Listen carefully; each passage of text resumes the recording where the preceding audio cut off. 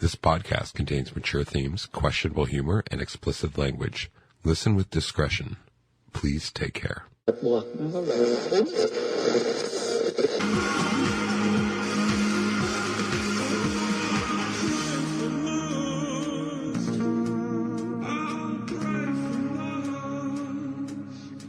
Hello, and welcome to episode 30. That is 30 of Dialogue Over Drama. I am Danny Dialogue, and you are... Courtney Drama. Oh, you got it right this time. I did. Super exciting.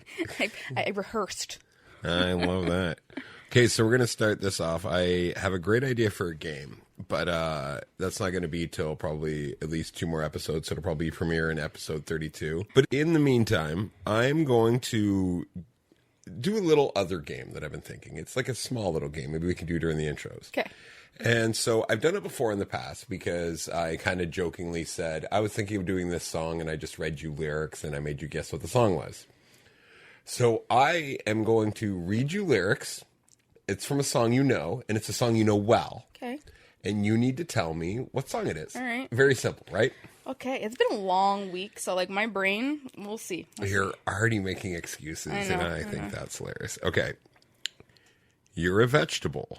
And backup vocals, you're a vegetable. You're a vegetable. Backup vocals, you're a vegetable.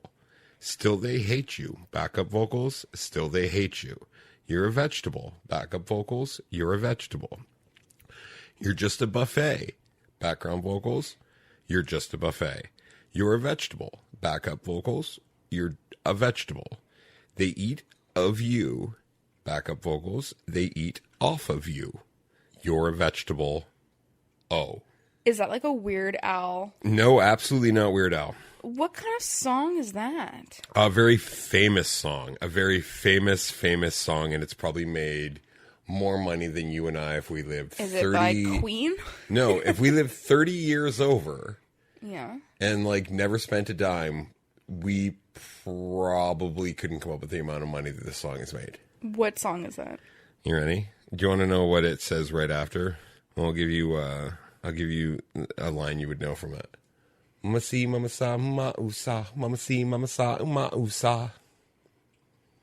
I don't even know if you're pronouncing that right. But No, I'm 100% pronouncing that right. It's a Michael Jackson song. It is. It's You Gotta Be Starting Something. We gotta be starting something. Got to be starting And he says, something. you're a vegetable? Yeah, 100% he does. No way. Okay, let's look it up. And here's where he says it. I never would have caught that because, like, even, like, the Mama See, Mama Saw Microsoft, like, you know what I mean? Like, half the words, I'm like, what the hell is he saying? It's actually African. Like, it sounds like he's saying, I'm a vestibule. No. I'm a vestibule. It's actually an African dialect, apparently. You can look it up. Look it up. No, I believe you. Like, that's, So that's, that was hard. Next time, give me something I should know, and then I gotta finish it.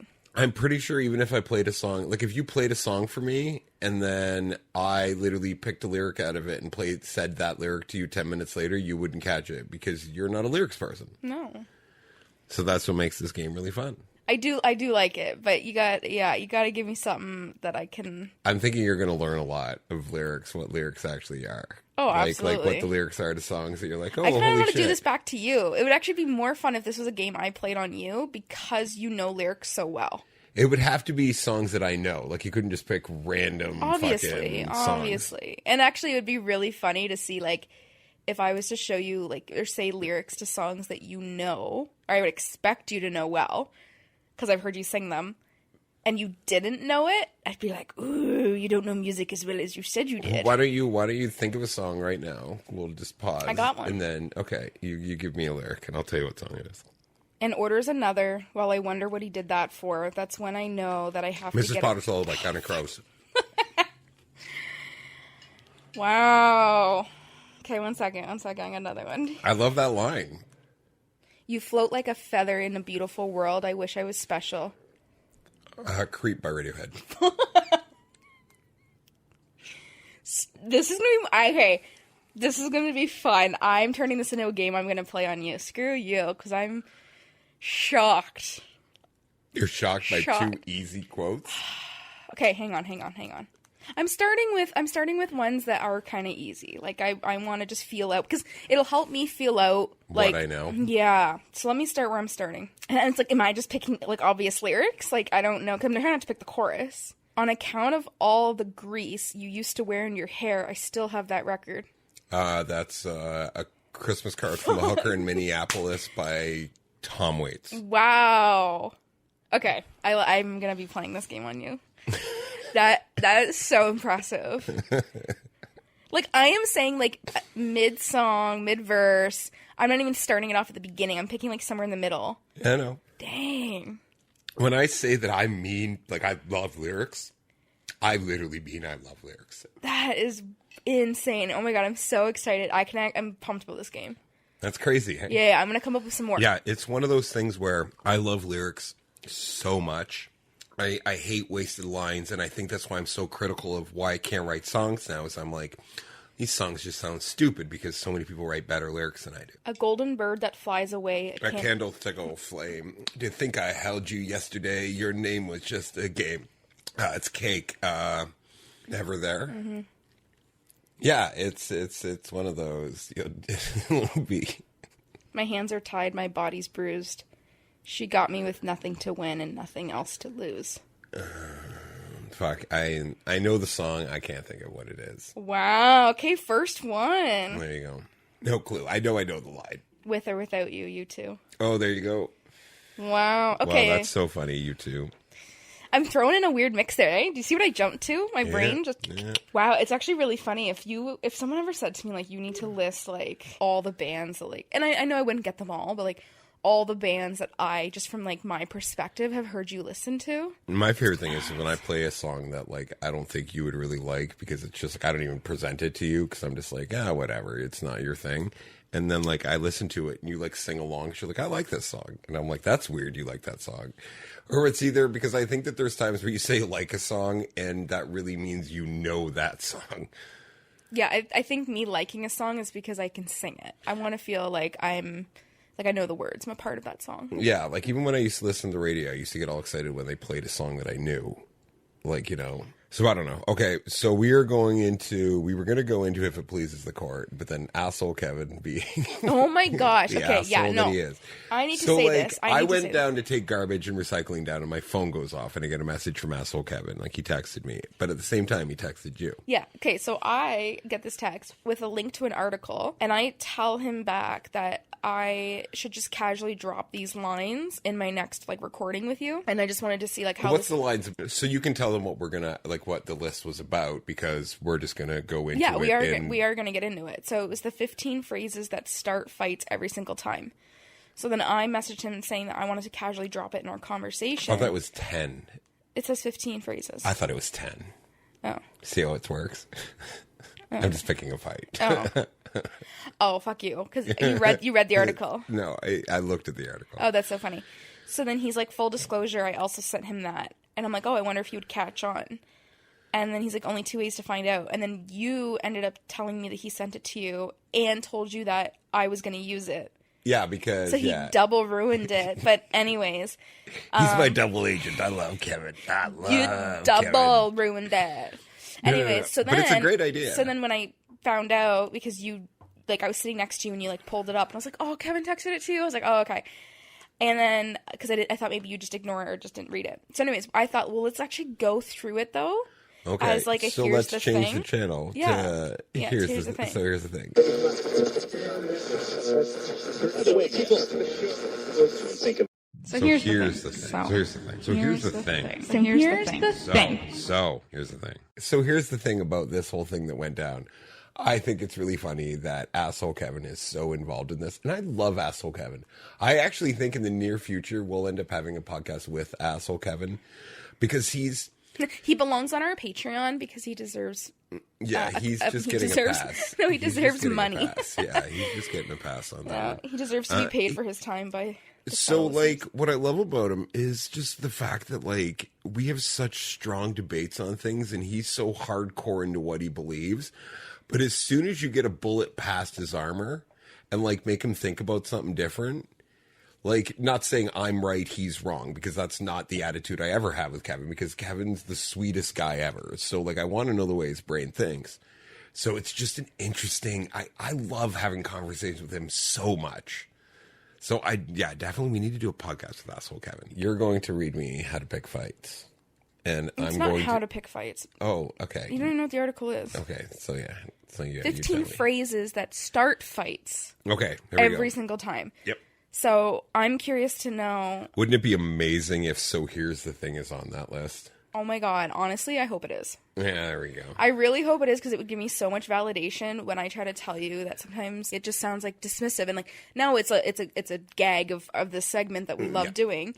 And it's totally funny. It's fine. But I am curious to see, because I haven't read all 15.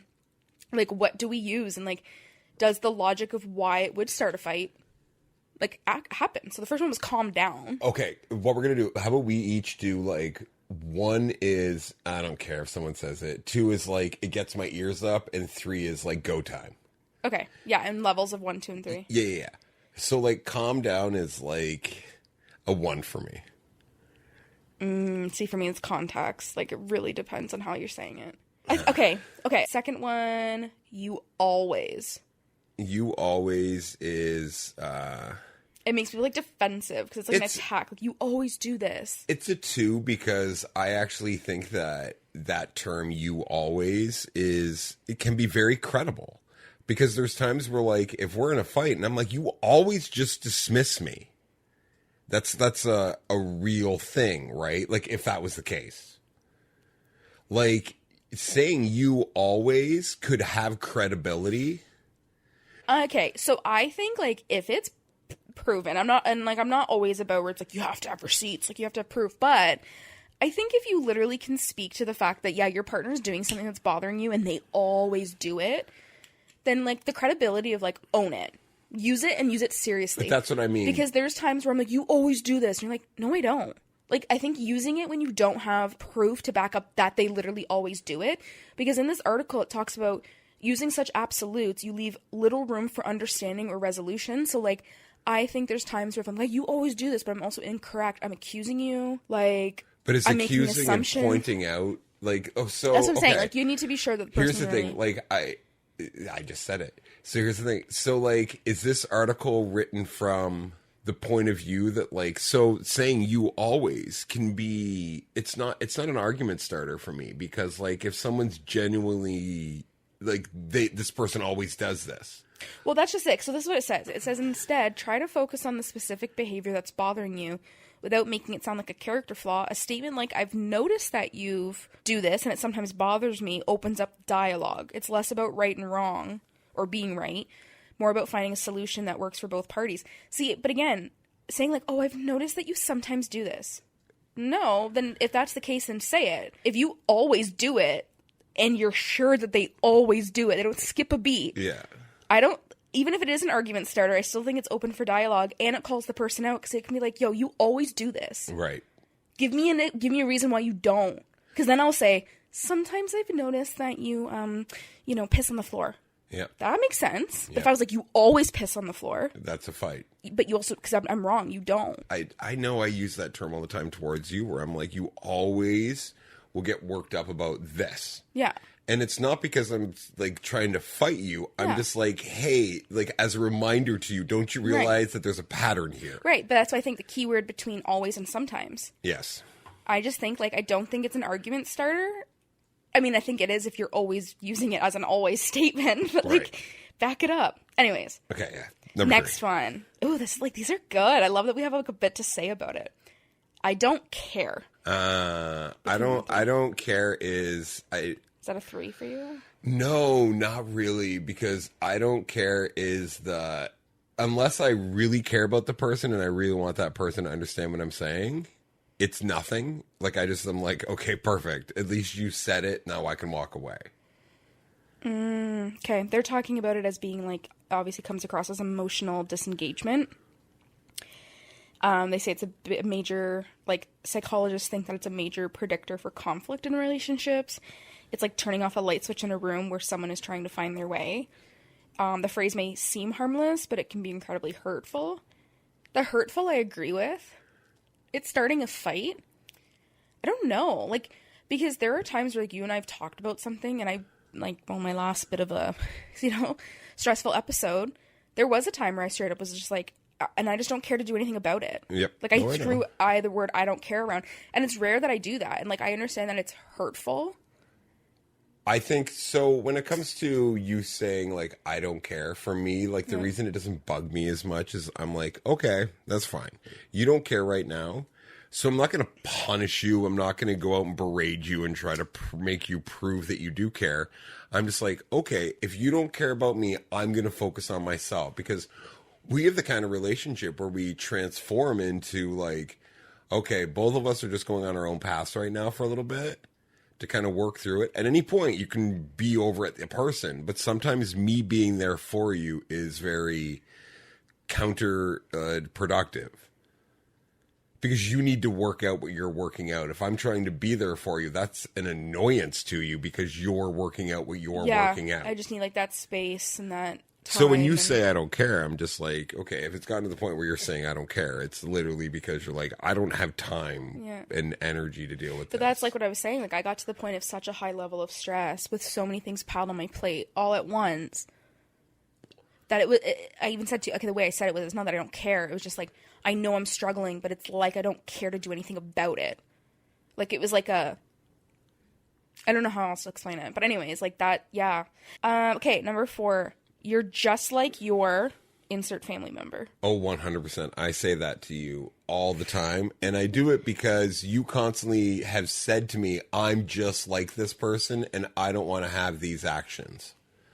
So when you do it, I point it out because you've actually said to me, I don't want to be this way. And you've also said to me, I don't realize when I'm being that until long after the fact. Mm-hmm. So when I say those things, I'm like, hey, I'm never trying to pick the fight. I'm normally trying to de-escalate the fight by saying, yo, this is where you're coming at me from. Mm-hmm. Mm-hmm. Does that make sense? I'm never saying it as like there has been times where I've been like, okay, blah, blah, blah. But that's because I've been pushed. And yeah, that's 100%. I'm saying it to pick a fight. I don't think you can say that about my family. I don't know what to say, because I'm just in the article here. Like, I understand, because this is helping me understand and kind of gauge between 1 and 3. Like, 1, does it actually make sense why it would start a fight with somebody? And 2, like, where's my score? Like, do I relate to this? And when I'm reading kind of this article, it says, like, it often triggers defensiveness and can open up old wounds and insecurities. That piece in this article was like, oh, okay, yeah. I can see how for me it'd be more on the level of a 3, where you saying that could start a fight, but you have said it so much that it also at the same time means to me a 1. And I think because, like, it doesn't start a fight because it opens, like, old wounds, insecurities, but it does, like, get frustrating. It starts a fight because I noticed it and you're really angry you did. Yeah, and I'm getting defensive as a natural response, but then it's a 1 on my scale of not being a fight trigger, because when you're doing so much, like, inner work and you don't want to be like somebody, again, I like being accountable. I like being called out. So it doesn't always trigger a fight, because I'm just like, fuck yeah, you're right. I'm totally being like this person right now. Right. And I don't want to be like this person. So, like, you don't compare me to them, because I'm not them. The next one is, it's fine. Oh, I hate that. That's a 3. I fucking hate that. If it's fine is, like, just disregarding everything. Like what why do you mean? are we Give me even... a scenario. Like, so if I'm really okay, so we'll take, like, you going through your crazy last 2 weeks. Not anything in particular, just any of those arguments we had from when you were going through what you're going through. They weren't even arguments. No. They're just little, like, you know, just little stress things. Dealing with my stress. I was just dealing with your stress. Take any of those things. When I presented them to you saying, hey, you need to calm down. Like, I'm on your team. Like, you're, like, isolating yourself so much that you're depressing yourself. I'm on your team. If every time that I talked to you, like, it was good, you're like, okay, thank you, blah, blah, blah. I know I'm struggling with this. And, like, it was all copacetic. Everything was great. But at the same time, if you would have just been like, I'm fine, and, like, disregarded everything I said, I would have been like, tried patiently again. Did I do that? No. I'm saying if you Oh, did if I did. that. Yeah. Oh, No. I'm saying you were completely copacetic. Everything was fine. Cool. Yeah. But if you were to have reacted like I'm fine and then shut me out again, Yeah, that makes sense. That will just send me over the edge. Okay. That's a total 3 for me. Interesting. Okay, so number 6 is you never listen. See, I 100%, that's a 1 for me because I always listen. You do. You do. You do. I listen to a fault. How does it feel when I say that to you? Like 800 times a day. Okay, number 7. I'm skipping over that one. Number 7 is whatever. I don't care. Like, whatever. Whatever. It's just I feel foolish because I'm arguing with a 12-year-old. But I also feel like whatever goes so hand in hand with like just being a stoner. It's just like, you know how many times we blatantly have been like, whatever, and it just doesn't offend us because we're like, all right. It's like I love that fucking song. You know, that My United States of Whatever. So I'm like walking down the bar, and this guy walked up to me, and I'm like, yeah, whatever. Yeah. I don't know. I think whatever's kind of funny. This is my United States of whatever. I love that fucking song. I think whatever is just, again, it depends like what your tone is. But you and I say whatever, like we're saying whatever. Yeah. Whatever. See, just it. Number 8, you're overreacting. We don't say that to each other, but when I hear that, I check myself, and then I have to gauge whether I'm a 1 or 3. So it's a 2 that red flags go up to be like, I need to check myself. And then if I don't, like if I'm overreacting, I'm like, whoa, okay, you're right. And then I kind of level the conversation. But if I'm not, and the person's just saying that as a attack to be dismissive mode, I overreact. Yeah. I would be a 2. I'm on the same page with you on that one. This next one you're gonna freaking love. Okay. Number 9, I told you so. I told you so. Is that supposed to cause a fight? I think so when people say that to me, it's all about tone. It's a 2 regardless, because like I'm like, did they tell me this and I fucked up? But 90% of the time I'm very aware I fucked up by not listening. You want to know what's worse? So here, with the actual words, I told you so, I think it comes down to tone. But even if in a rudish kind of tone you went, I told you so, that doesn't even bug me as much as when you say I told you so without saying I told you so. And usually that's by belittling the person and being like, well, if you had just listened to what I was telling you and you're belittling, that's an absolute 3. Okay. But if you just kept it short and sweet and you're like, told you so, even as a dick, I'd be like, I knew. Okay, so here's the weird thing. That's my take. Because we are in such an like a May-December relationship. Like, what? You've never heard this term before? What the fuck's a May-December? It's an age difference reference. Oh, like a May-December relationship means that there's like a big age difference in the relationship. Oh. Look it up. I think that's the correct term because someone said it to me at one point, and yeah, significant age gap, typically 10 years or more. We're a May-December relationship? There you go. So cute. We should get that tattooed on us. No. Anyways. So because there's so many times in a relationship where I could easily have done the I told you so. Yeah, true. But I always am like, you're very good for, because you know how I am, coming and being like, hey, yeah, you know what? Like, you admit you're like, you know what? I could have listened to you. Like, yeah, I realize now what you were saying before I did this thing. Yeah. And you kind of not come clean, but like you say to me, like, almost, it's a weird thing where like, I want you, like, spit it out. Shut up. I never wanted to take away from your experiences. I wonder if that's on there. I wanted you to learn what you needed to learn without me telling you what you needed to learn. And that is something that I'm super grateful for, because I don't think I'd be where I am now if you just gave me all the answers and if you just constantly told me what to do, when to do it, and how to do it. The fact that you like were in this relationship with me while also stepping back and being like, you just do you, which I think is going to be like the main conversation of our episode about yeah. You know, where I was when you met me in my 20s. And then now being 30, that it's like I've had all this time. Like, fuck. Yeah, I'm so glad that every time I screwed up, you weren't like, told ya. You were just like, she's going to figure it out. Yeah, like, she's going to... Yeah. And some lessons took multiple learnings. Yeah, well, we'll and get some into that. took one. So what's the next one? The next one, number 10, you're too sensitive. I 100%. That is a if it's a 0, it could be a 0 because I'm like, okay, I'm pretty rational. Like it doesn't faze me. Number 11, I think, is like the you're overreacting one. This one is you're making a big deal of nothing. Like, it's the same thing. It's you're making like a mountain out of a molehill. Yeah. Number 12. Oh, again, why can't you be more like? Well, these are repetitive. We did that one. No, you're reminding me of, and then saying, why can't you be more like your sister? Why can't you be more like, you know? The other one was like, you're acting like you're acting like this. So like it'd be, why can't you be more like your partying sister? You know, like that kind of derogatory term. Yeah. Number 13, it's not that big of a deal. It's not that big of a deal.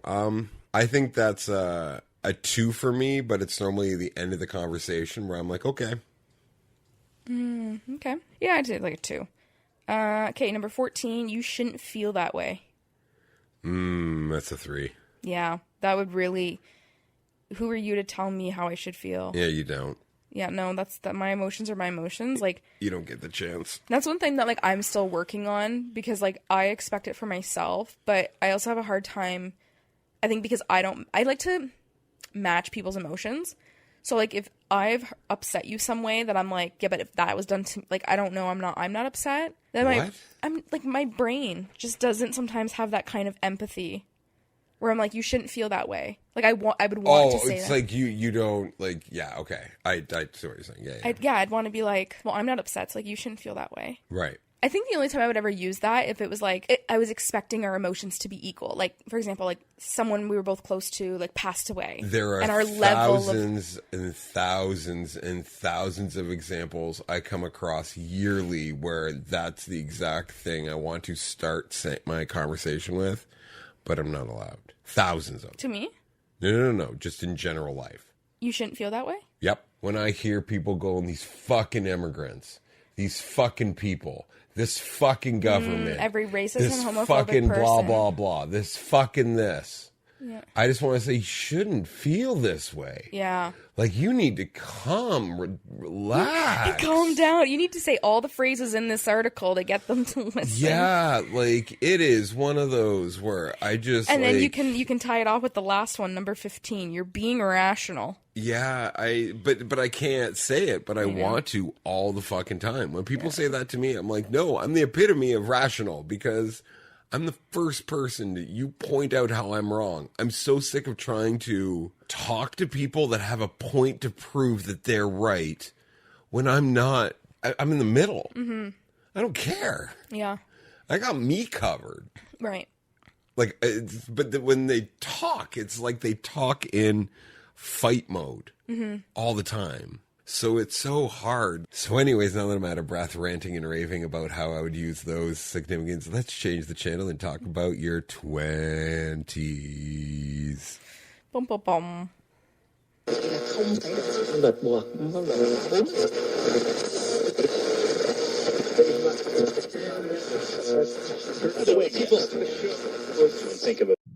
And if you want some cookies, you get some cookies. And Big dick energy. What was my point? Even like the Mama See, Mama Saw Microsoft. Ladies and gentlemen, Dialogue Over Drama presents Courtney Drama through her 20s. So, this is episode 30 of Dialogue Over Drama. And because it's 30, you are 30, and you've just gone through your 20s. So I thought it would be a really cool segment to just kind of go through your 20s. 20 and 21. Where were you? What were you doing? And what were you thinking about life? We would have been a year and 2 years into dating. I remember, I can't, honestly, my memories are so lost in my early 20s. So let's cover it like early 20s. You moved into like being an adult right away. Like you were just but I still worked part-time. No, I'm talking like once you like kind of like, oh yeah, I guess you were working part-time for the first long bit of your early 20s. Yeah, 1920 is probably was part-time, and then by 2021, I would say probably 2 years into dating. Right. Maybe a year and a half into dating, yeah. Then I got full time. But still wasn't like, we weren't making a lot of money. I just moved in with you. Duties were separate. Like, we did our own thing. You were playing music a lot in my early 20s. Right. I was the, what one am I? Roadie? Groupie. Groupie. I do remember spending a lot of my early 20s, like, going to see you play. Right. Churches and bars and different shows that you had. And everywhere I could play. Yeah. It was just go, go, go. Yeah, and then I think, like, we worked, I mean, we both just worked at that point, and we had, like... What were the struggles? What were the struggles early 20s? Like, what, like, if you were honest about your early 20s, because, let's be honest, you were a very vain girl, you were very, I want to spend money is my god. What were, like, the early 20s like when you were, like, starting to, like, realize what life is really like? Because I just wasn't that kind of person, and you very much were. At that point, 20s. I still had high aspirations. Like, I was very much, I think, expecting to have my life figured out. I thought I was going to be taken care of. I thought I was going to explode socially, which I didn't till like mid to late 20s, but early 20s, I was just like an anxious person, and I just felt like I needed I just needed you to like fill something, like entertainment wise, exciting wise. Like, were you very confused as to like the life that you had looked at being like, oh, someone who has like a ton of friends, someone who does something really exciting where people are coming to like a gathering to watch them play, like what I was doing with music and playing all the time, like you're like, this isn't how I was told this is supposed to work. Why does he have this when it's nothing like I've been told this is how it's supposed to work? I don't really know what you're asking me. I'm just saying that, like, your goal in your early 20s was, like, to be, like, socially cool and, like, have all of this kind of, like, you know, you would watch, like... Yeah, that's what I'm saying. Yeah, I feel like I was going to have my life be entertaining. Yeah. I thought it was, like, if I was to go back and tell 20-year-old Courtney that this is what her life is like right now... You're right. I think I would drop dead. Like, I'd be like, I beg your pardon, because at 20, what I have now is not what I pictured. Right. I didn't picture what I have. What did you picture? What I pictured at 20. No, tell me what you pictured at 20. I don't know. I think I pictured different things in our life. I pictured a house. I definitely, at 20, pictured kids by now. I think I pictured some sort of level of, like, artistic respect. I don't know why. I thought that I was going to really just crush all my anxiety and social issues. I also thought I was going to be a gym girl. Right. Like, in my 20s, I was like, I'm going to hit the gym. I'm going to be hot. Like, everything was very vanity. Right. Everything was very, like, taken care of. Everything was replicating, like, my family. Like, just that, again, like, that house and the kids and the car and white picket fence. Like, I really just thought I was going to have what I would have needed to be with, like, a doctor for. I thought I was going to get out of a musician. Because I was. Because I really did at that time. I thought this is like the cooler version of that. I knew all of that. Yeah. I was and I warned you about it. Yeah. Like there's But so many times saying. in If your early 20s. Like, do you remember me telling you, I'm like, I know you think this is what's going to happen, but I promise you, no. Mm-hmm. Like, infamously, like, on our first date, it was, I will never marry you. Mm-hmm. You can't change me. And you were honest. I'm the one that chose to stick around. Because that's the other thing, is, like, I still had this thought that, like, it was gonna happen. Like, you were gonna be, like, in your band, you were gonna make tons of money, I was gonna go on tour with you, like... We'd have a cool house, or like maybe, I don't know. I like could envision so many different scenarios, but like of that overall, just like set. And that's why I'm like, if I went back and told myself like, no, this is actually what your life looks like you still rent an apartment and you're 30 and you don't have kids and you've nailed a good career that you could stay in forever if you really wanted to. You're good at it, but I don't know how happy it'll make you, but it'll give you like consistency. So do you want creativity and optimism, which could be scary, or do you want like security, right? Okay. Let's go into moving into this apartment. Okay. So then I think in my personal life, moving into this apartment was the most exciting and still is just as exciting as the day we moved into this apartment. I agree. Give me 1 sec. So that's 8 years. Yeah. Okay, so 22. So, because, yeah, we lived only in our first place so I just explained the first, couple years, like 19, 20, 21. Well, I would have just turned 21, and then in January, we moved into this place. So, like, yeah, still early 20s. Okay, so because of my dream was still fresh and possible in my 20s, and being at 22, when we moved here, I thought that was the big thing. Like, I thought, like, okay, we're moving up into a better place. This is great. Like, we have more space. The weird thing for me is it felt more real. Like, it was like, I'm sticking around now. Like, there's no running back. No, yeah, of course. I remember the first years we lived in this apartment. I just want to kind of, like, I want to remind you of some things, okay? Okay. So, one of the things that I remember about us moving into this apartment was, it was the first real step that I'd seen you take, because you were very young. I was very scared because I was older, and I'm like, I don't want this to turn into you relying on me. And now, you being older, you know how you think of 22-year-olds. Like, what the fuck's going to happen? They're like, babies. Are they going to follow suit or fucking duck and cover? So you have to kind of cover your ass, but also let them do what they want to do. So I remember the first 2 years, I would like... It was so annoying, but I'd be like, okay, I'm going to have to mentally think like I'm like this first person moving into an apartment and treat Courtney like it would be like she's moving in for the first time with someone. Because I think this place is my 20th place that I've ever lived in my life, right? Yeah.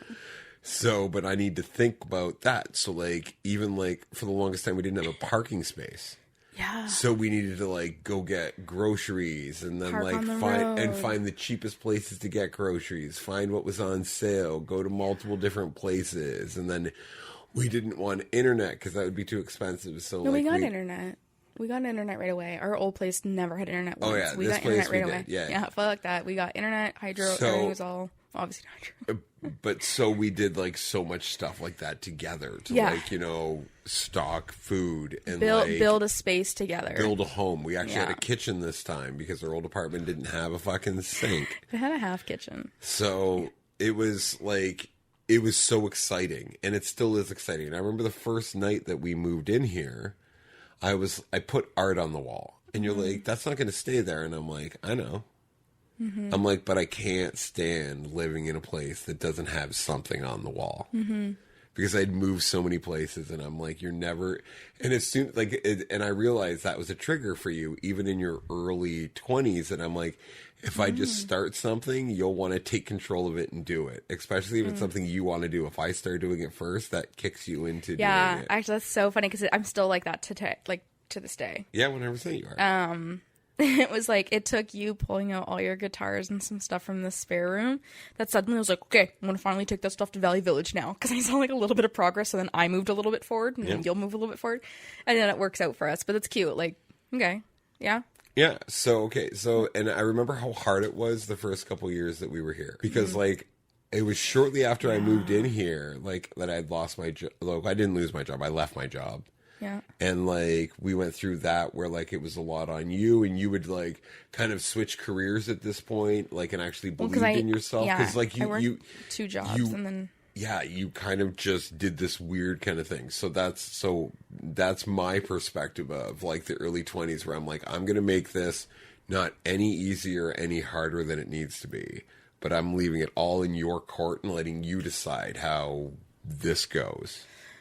I will just go along with what you said, like I said, because what I said from the beginning, like, I feel like my early 20s, the memories are really faint. I was not in a good place. I was there for a good time, not a long time. And that's why I said, like, when we moved here is when I was like, fuck, like, okay, this is real. But I don't think was, like, I was in the relationship, but I had no fucking idea what I was doing. I was like thinking like, okay, I'm working like a bank job now, and okay, I finally got a parking spot. At this point, I have a car, because there was a time when we were dating where like I didn't have a car early on. I mean, once I moved in, but I always had car issues. Like, the amount of times that I had a car and still had to take like a bus or a cab because I couldn't, like, we struggled to like keep the car going. And we didn't have a lot of money to like go places. We didn't have a lot like to do We spent a lot of time together. We still played games. We connected. Well, back at the old place before we had internet, like I remember some of our favorite Friday night and Saturday nights was just sitting around playing gin rummy. Yeah. And like me, like I'd burn CDs, so like I'd listen to the CD while it was being burned. Look, but that's what I'm saying. We spent a lot of time together, like, and we just just talking. We talked. We played games. Like we just did, like, we would have wee nights, whatever.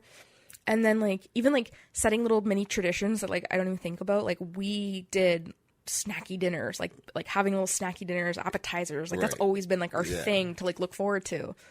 Yeah, like, our date nights were far few in between.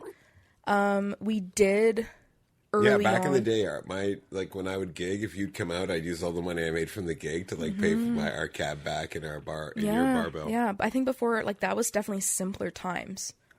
So for me, again, I was still kind of like, okay, like, so this is okay. All right, so we moved. I really like our place. I miss those times. I for honestly, sure, they were so important. I think they were so important. But like, yeah, that's all I really remember. I remember the first couple years at this place. We spent so long trying to figure out what needed to be done with this place and what was going to happen with our career. I was here almost a year with being unemployed and trying to push music and trying to push art because I'd been going since I was 15, like just nonstop. How did it feel entering a job that you were A, getting paid a decent amount, and B, kind of being respected? So I was 23. Okay, 23. So after I just did the math, I realized, because it was a year after living here. First year was the old place, whatever. Yeah. And then the year after, I turned 23, and I ended up making a huge career jump, like switching companies, still doing the same thing kind of, but I just was being paid more. Once I realized that came with like benefits and perks and, I don't know, like a different kind of consistency for me, I loved it. Right. Like, it was so nerve-wracking when I first went through it, but then I remember seeing, like, do you remember the how first much paycheck you were like you were convinced, absolutely convinced, would have put all of your life savings on the fact that you weren't going to get that job? I know. I was really nervous. I didn't think I was going to get it. And I even swore in my interview. Well, I said, cover your ass. But I was talking about something in accountability. Anyways, but I got the job. So, actually, if anything, when they offered me the job, it was for part-time. I turned it down. And then they came back and said, we have a full-time contract. Oh, shit. I totally forgot about that. Because to me, I was like, even if it's more money, I'm like, the fact that I really needed full-time. Right. And I think if it was like, because the other place was full-time. Which is weird because, like, you're 23 and, like, you knew that you're like, I still need to cover my own ass. I need to be working full-time. Because, well, I was working full-time at the other place, but the pay was so low. Right. So I was like, even if the pay is higher, but part-time, and you use the words can't guarantee your hours, I was like, I could be making less money than I am now. Like, it didn't make sense. Right. So I turned it down because I was like, no, I was working full-time. Yes, the pay wasn't great. But I was like, I can't go part-time. Like, I just financially can't do it. So I turned it down. I remember standing in the parking lot at, like, the current job I was at, taking the phone call, doing, like, the phone interview afterwards. And she was like, yeah, but that's what we can do. She's like, okay, I'm so sorry to hear that. She's like, but I do have potentially coming up in the next few weeks. You might not start, maybe delayed. Like, you might not start, which all I thought was good for the company I'm working for. I still have an out, but I can give them more time, more notice. Yep. And that company was like, we'll give you full time, but it's contract for up to a year. And I was like, okay, it's risky. But she's like, but then if something comes up. And I took that leap. I did it. I took contract. I remember going through it with you. And then let's approach that almost 1 year mark. Yeah. You say to me, the company you're working at, they're talking about closing the store. Yeah. And the same day, you told me that your job was coming to an end. Yeah. And you were going to decide to, like, take the layoff, take some time for yourself, was the same day that HR said, hey, your full-time contract's ending. We got to put you back part-time. And I literally remember sitting at the teller wicket being like, what the hell am I going to do? Right. I'm like, he's going to go on unemployment and I'm going to go to part-time. What the actual F? And this is where it's like... I totally forgot about that until right now. I literally remember that all the time as, like, such a moment in my, like, career. And this is where it's like, I don't believe in gods, but it's like someone out there, good karma, I've done something right in life, that then literally the next day, HR then comes back to me and I got permanent. Your 20s, like, you just became this fucking rock star. My 20s were very fast progressing, like, job-wise. Right. And I'm really grateful for like all the opportunities I had and like for how much I learned in like the financial industry. Right. I didn't think that was ever coming from a girl who failed math in high school. Like, I didn't think I was ever going to be in that field. Like, again, like I said, if I was to go back and tell 20-year-old me who still was making food, this is where you're going to end up, I probably would have like laughed. I would have been like, what are you talking about? I'm going to be like a famous artist and I'm going to like, excuse me? Like, yeah. Right. Anyways, so that's why I'm so shocked. Like, my 20s fucking blew my mind with what I was able to accomplish. All the other stuff that you did accomplish. I was the side person watching you up until the point you got it be like, I'm not going to get this. I'm dumb. You went from writing my cover letter and resume to me just like going and applying to all these jobs myself. Yeah, but then the whole way through, you would just never believe in yourself. Let's just talk about what you've learned. I have so much to say about my 20s. I've learned so much in my 20s. Okay. How about you talk about your 20s? I'm going to give you an in-depth detail of my career. Okay. Because I feel like that's all... Okay.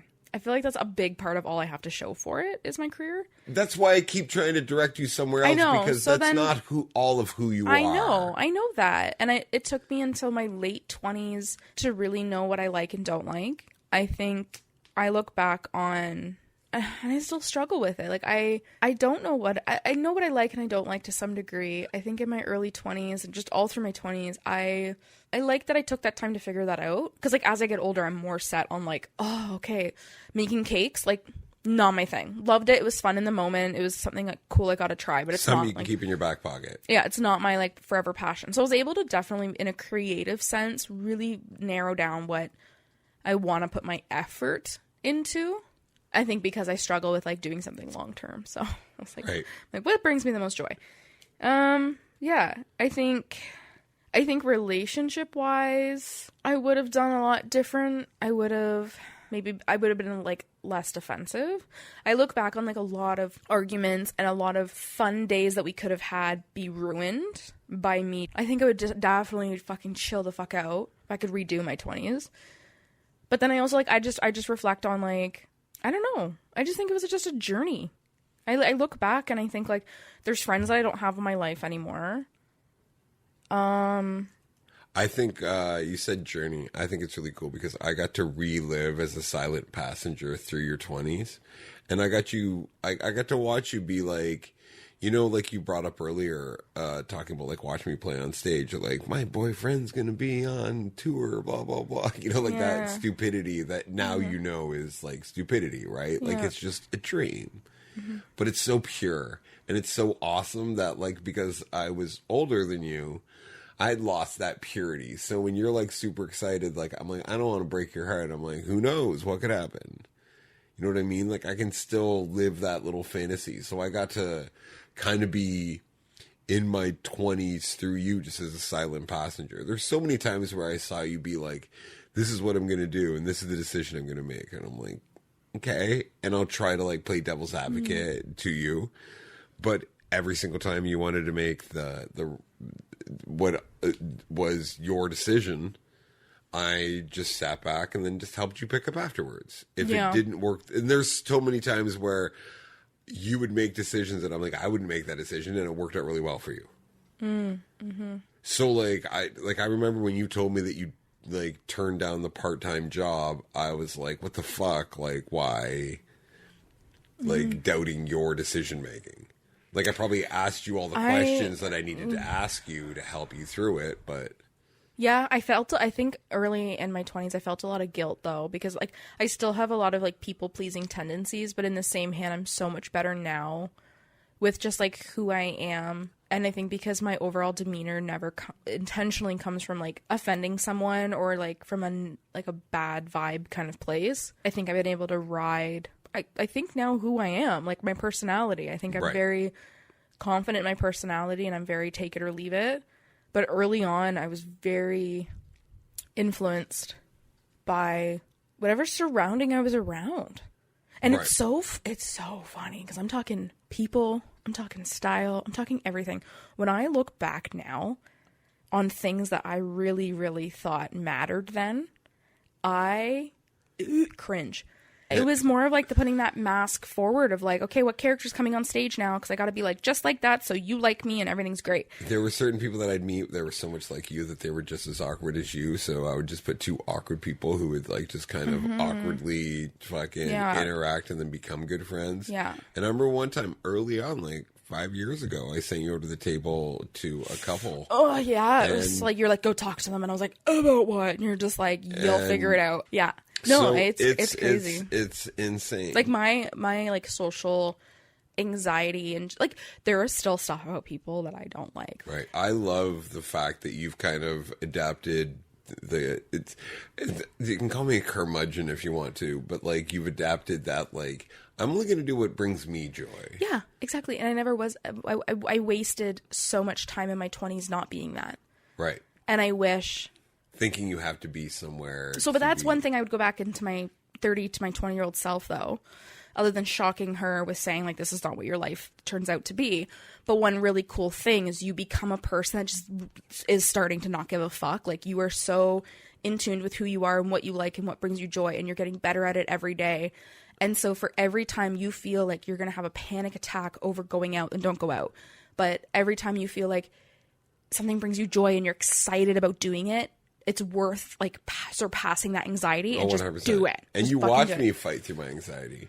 You watch me be so uncomfortable to go do something I generally want to do. Yeah, it's hard. It's definitely hard. And I know that, like, then the other important thing is that when I was at like my highest of stress over the last few months is then not pushing it.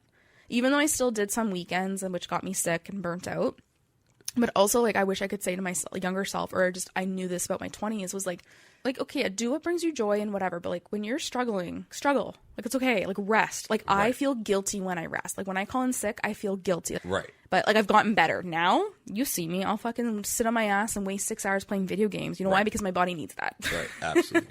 So that's one thing that's cool. So I absolutely love the fact that you've learned so much about like friendships and like now that you've applied it to friendships. Like I absolutely love that.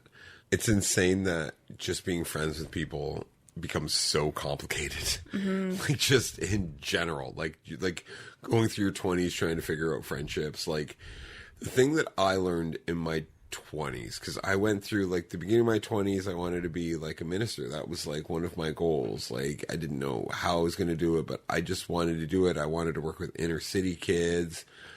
I wanted to do something, but I still needed to make money because I didn't have the money to be in leadership. Like just I didn't drive. I had anxiety. Like, yeah, your lifestyle, whatever. It just was so crazy, and still playing music and just everything. To at the end of my like 20s being like running like a wine shop and being in the alcohol infused thing and playing pubs all the time and drinking. You must have felt so good. It was great. The one thing that I learned in my 20s more than anything, and it was a skill I had in my teenage years, was just be able to read people instantly. Like just be able to like take a look at someone and just read them instantly. And there's so many times where I had to learn from like mistakes, like being like, oh, I trust this person, they have this, and then learning from it, because like not all of it's like, oh, I got this right away. It is through experience that I'm like, oh, this trait means this. So like I'm just a people studier. Like my favorite thing was one of the first times in your life you were in a corporate world. My gosh, and you met my coworkers at a Christmas party? We went to a Christmas party, and I got a full lecture before we went. Don't talk about this. Don't bring this up. And this is a 23-year-old talking to a 35-year-old. Yeah. I guess I was 23. Talking to a 35-year-old or a 34-year-old. Listen here, bitch. Yeah, and you telling me what I should do and how I should dress and how I should act. How you should act. Well, because I, 23, still quite young, had this vision of what I thought my life was going to look like. Because you have to admit, even in those years, I still tried to literally dress you. Like Keyword being tried. Yeah, I was very much trying to groom you into the life I wanted, because I was like, you're a rock star, be a rock star. And you stopped playing music and got a different job. Life changed. Then you were not working. Like, so much happened that I was like, huh? I was like, So while we were at the Christmas party, though. we were on our way to the Christmas party and talking to the Christmas party, you were like, this couple's such a cute couple. I love this couple. Great. And I was like, absolutely hate each other. Yeah, because like, you could bring your spouses and everything. It's going to be, they'll be divorced within the year. And 6 months later. 6 months later. Yeah, that was interesting. There was a couple times where like you would call something out. It didn't have to be someone that I knew. It could just be anybody. And you get so mad at me. Not anymore. Not anymore. I very much listen to you when you say this person's this way. I might doubt you and then think about it. And then 9 times out of 10, you're right. But because you do it so well to a fault, it hasn't always worked out. There has been times where you've been wrong. You've been wrong and you've been played because you want to see the good in people so bad that even when which I'm not good at it, but even if I'm picking up some bad vibes and I'm like, hey, this person seems kind of like this, you're like, no way, they can't be like that. There's certain people that I catch all the vibes and then I'm like, I can change them, I can out-dupe them, and then they don't, they become assholes and you get burned. Fuck me. Yeah, I know exactly what you're talking about. Well, there's a couple of people like we've been together over a decade, so I mean, not that there's a lot. I'd say in a decade it's been like one person every year. I don't know, one person every 2 years. No. Yeah, like 5 people maybe. 5 people total. Yeah, that's what I'm saying. Like one person every 2 years that you get wrong. But that's a pretty good streak, though. No, absolutely. But we've been talking for a long ass time. We should wrap it up. But yeah, 20s were interesting. They were fun, and I hate when you cue me like that because it makes me panic. It's like stage fright. We want to thank everybody who's been listening. Asshole Kevin for sending us that article because that gave us a great talking point today. Yeah, and you can follow us on Instagram and TikTok. We are at Dialogue Over Drama. We'd love to hear like what you guys have to say. What were your 20s like? Did you like them? Did you want to change them? Yeah. And that's Dialogue, Dialog. Oh my gosh, does that have the same amount of letters as like Mickey Mouse Clubhouse? Dialog. Are you DRAMA. Oh my god, I could make it work. You know the Mickey Mouse Clubhouse song? Yeah, I know the Mickey Mouse Clubhouse song. That's how I'll do it now. Okay, new outro. No, we aren't. We are not being sued by Disney. Dialog. We are not being sued by Disney. Disney has fucked a lot of shit up. But we are not. I hummed it. No. Okay. Did you know someone just got decapitated at Space Mountain at Disney? Anyways, goodbye. It's so fucked up. Okay, goodbye.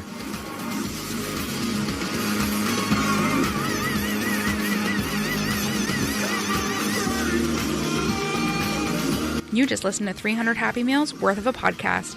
If you're picking up what we're putting down, flick that reminder on so you don't miss our weekly episodes. Follow us on social media, and if you tell a friend about us, we'll tell our cats about you. Until next time, keep your chin up, your coffee strong, and remember, this little podcast runs on good vibes and even better listeners like you.